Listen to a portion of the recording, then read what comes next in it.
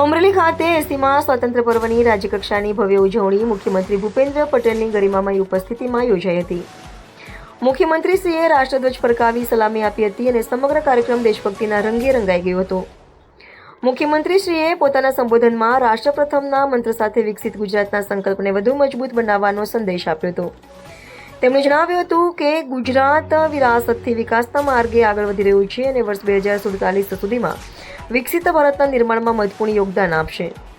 આ પ્રસંગે મુખ્યમંત્રીશ્રીએ અનેક મહત્વપૂર્ણ જાહેરાતો પણ કરી હતી, જેમાં ગ્રામીણ પરિવારોને વિનામૂલ્યે પ્લોટ ફાળવણી, રાજ્યના રસ્તાઓના નવીનીકરણ માટે કરોડોની ફાળવણી, આંગણવાડીના બાળકોના પોષણ આહારમાં વધારો અને વિદેશ અભ્યાસ માટેની લોનની આવક મર્યાદામાં વધારો જેવી યોજનાઓનો સમાવેશ થાય છે.